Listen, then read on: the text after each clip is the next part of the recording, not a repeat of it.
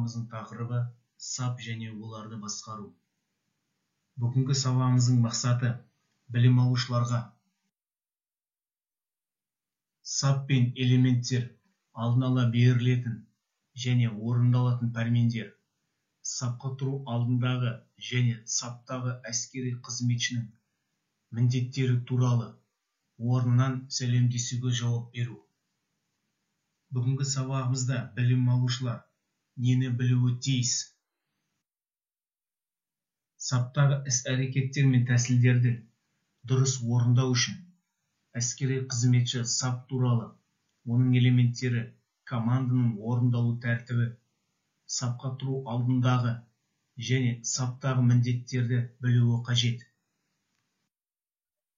Сап әскери қызметшілердің, бөлімшелердің және бөлімдердің жарғымен белгіленген өзара іс-қимыл жасаулары үшін жаяу тәртіптегі және машинада орналасуы. Қаптал саптың оң, сол жақ шеті. Бұрылыс жасаған кезде сап қапталдарының аттары өзгермейді. Осы тақырып бойынша видео сабақты қарауларыңызды сұраймын.